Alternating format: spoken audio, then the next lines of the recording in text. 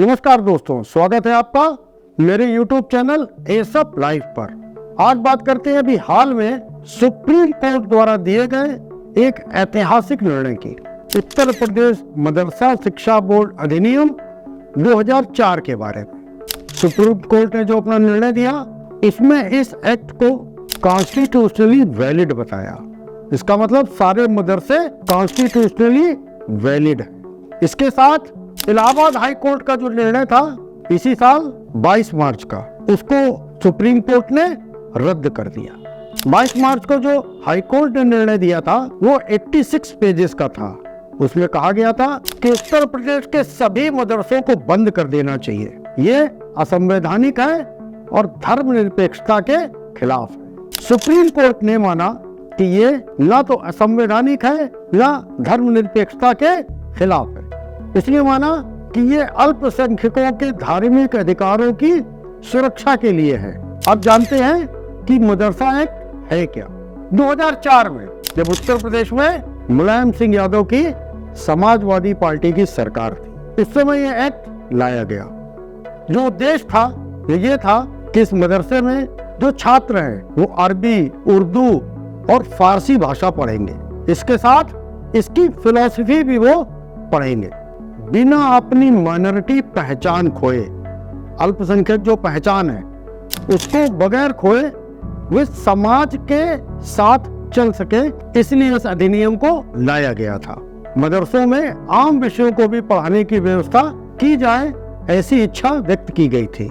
मदरसों की पढ़ाई को रेगुलेट करने के लिए और मैनेजमेंट करने के लिए उसका इस एक्ट को लाया गया था। इन मदरसों में जो धार्मिक शिक्षा प्रणाली थी, इसको विज्ञान से, गणित से, भाषाओं से जोड़ने का मकसद था। साथ ही मकसद था कि समकालीन विषयों का भी ज्ञान प्राप्त करें। हमको मालूम है कि इस्लामिक पद्धति में पढ़ाई के लिए, स्टडी के लिए ये मदरसे स्थापित किए जाते हैं। ये ज़कात से चलते हैं, दान से चलते हैं। जिस राज्य में खोले जाते हैं उसके शिक्षा के बोर्ड या NCERT, उसका कोई भी सिलेबस, कोई भी करिकुलम इन पर लागू नहीं होता। ये अपना ही सिलेबस चलाते हैं। उत्तर प्रदेश की बात करें तो लगभग 25,000 मदरसे हैं, जिसमें केवल 16,000 को ही मान्यता प्राप्त है, बाकी बगैर मान्यता प्राप्त। एक और विशेष बात, उत्तर प्रदेश सरकारों ने जो गैर मान्यता प्राप्त ये मदरसे हैं, इनकी जो फंडिंग हो रही है, और ज्यादातर मदरसे ये सीमावर्ती क्षेत्रों में पाए गए, इनकी फंडिंग की जांच के लिए ATS का गठन किया गया है। सुप्रीम कोर्ट ने अपने निर्णय में जो आगे कहा, उसके 2 पॉइंट बड़े शानदार हैं। पहले पॉइंट की बात करते हैं। सुप्रीम कोर्ट ने कहा कि सरकार वर्तमान एजुकेशन सिस्टम के हिसाब से छात्रों को क्वालिटी एजुकेशन देने के लिए रेगुलेशन ला सकती है। क्या पढ़ाया जाएगा, उसका सिलेबस क्या होगा, शिक्षा का स्तर क्या होगा, इसकी नियमावली वो बना सकती है और उसमें समय समय पर चेंज कर सकती है, अमेंडमेंट्स कर सकती है। छात्रों को किस तरह बेहतर शिक्षा मिले, बेहतर एमिनिटीज मिले, और सबसे इम्पोर्टेंट बात, आपने देखा होगा टीवी चैनल्स पर, तमाम सोशल मीडिया के प्लेटफॉर्म्स पर, कि जितने भी मुस्लिम लोग हैं, उनके वकील थे, मौलवी हैं, वो सब इस निर्णय पर बहुत खुश है। कारण कि मदरसा एक्ट बहाल हो गया। सुप्रीम कोर्ट ने मदरसा एक्ट को बहाल कर दिया। लेकिन अब जो मैं बात बताने जा रहा हूँ, असली बात फाइन प्रिंट में ये है कि मदरसे जो डिग्री देते थे, कौन सी डिग्री देते थे?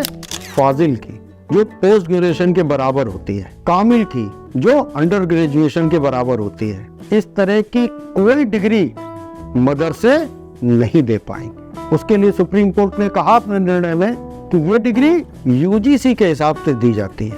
अगर ये डिग्री देंगे तो UGC एक्ट का उल्लंघन होगा और केवल केंद्र सरकार के पास ये राइट है कि वो करिकुलम डिसाइड करें, इनका सिलेबस डिसाइड करें जो हायर एजुकेशन में पढ़ाया जाता है। इन मदरसों में केवल धार्मिक शिक्षा दी जाती थी, क्योंकि बाकी सब्जेक्ट इनको पढ़ाए नहीं जाते। न इनको कंप्यूटर्स पढ़ाया जाता है, न मैथमेटिक्स पढ़ाई जाती है, न साइंस पढ़ाई जाती है, न सोशल साइंस पढ़ाई जाती है, न किसी लैंग्वेज का ज्ञान कराया जाता है। तो क्या होता था कि ये बच्चे जो सरकारी नौकरियां निकलती हैं या प्राइवेट सेक्टर में जो नौकरियां निकलती हैं, उसके लिए टोटली अनफिट होते हैं।